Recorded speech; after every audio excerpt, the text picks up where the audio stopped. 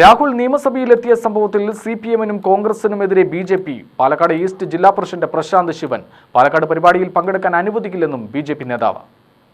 രാഹുലും കോൺഗ്രസും ജനങ്ങളെ വഞ്ചിച്ചു. കോൺഗ്രസിന്റെ ഇരട്ടത്താപ്പാണ് കാണാനായത്. സിപിഎമ്മിന്റെ എംഎൽഎമാർ ഉണ്ടായിട്ടും സഭയിൽ പ്രതിഷേധിച്ചില്ല.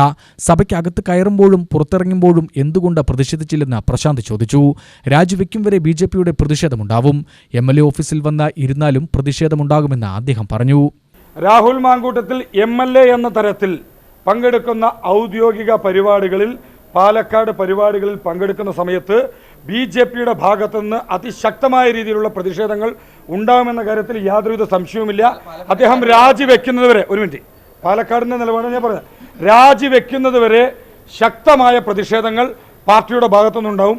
പാർട്ടിയുടെ സംസ്ഥാന ഘടകം ഇതിൽ കൃത്യമായി തന്നെ പാർട്ടിയുടെ നിലപാട് പറഞ്ഞിട്ടുണ്ട്.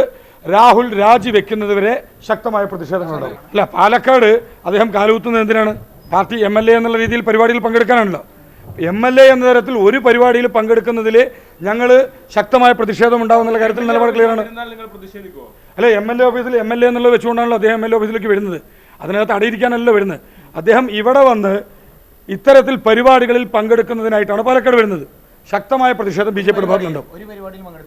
അല്ല, എംഎൽഎ എന്നുള്ള രീതിയിലാണല്ലോ അയാൾ പങ്കെടുക്കുന്നത്. അയാളിപ്പോൾ അയാളുടെ പേഴ്സണലായിട്ടുള്ള കല്യാണം നടത്തുന്നതിനോ അല്ലെങ്കിൽ മറ്റു മരണകാര്യങ്ങൾക്കോ അല്ലല്ലോ ഇവിടെ വരുന്നത്. വർഷങ്ങൾക്ക് മുൻപ് സൗമ്യയുടെ പരാതിയിലാണോ ഗോവിന്ദച്ചാമിക്കെതിരെ കേസെടുത്തതെന്ന് ചോദിച്ച ആളാണ് ഇദ്ദേഹം. ശരിയല്ലേ? മാധ്യമങ്ങൾ ഉൾപ്പെടെ വന്നാണ്. ഇവിടെ പരാതി ഉണ്ടോ ഇല്ലേ എന്നതല്ല വിഷയം. ഇതുമായി ബന്ധപ്പെട്ട് കഴിഞ്ഞ ഇത്രയും ദിവസത്തിനിടയിൽ നിരവധിയായ വോയിസ് നോട്ടുകൾ വന്നിട്ടുണ്ട്, സ്ക്രീൻഷോട്ടുകൾ വന്നിട്ടുണ്ട്, നിരവധി അദ്ദേഹത്തിൻ്റെ മെസ്സേജുകൾ വന്നിട്ടുണ്ട്. ഇതൊന്നും തൻ്റേതല്ല എന്ന് തള്ളിപ്പറയുവാനായിട്ട് എംഎൽഎയോ കോൺഗ്രസ് പാർട്ടിയോ തയ്യാറായിട്ടില്ല. അദ്ദേഹത്തിനെ കോൺഗ്രസ് പാർട്ടിയുടെ പ്രാഥമിക അംഗത്വത്തിൽ നിന്ന് എന്തിനാണ് സസ്പെൻഡ് ചെയ്തത്? തെറ്റ് ചെയ്തു എന്ന് കോൺഗ്രസ് പാർട്ടിക്ക് ബോധ്യമുണ്ട്.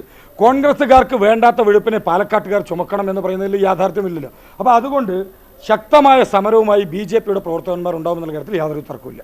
UTV news Palakkad.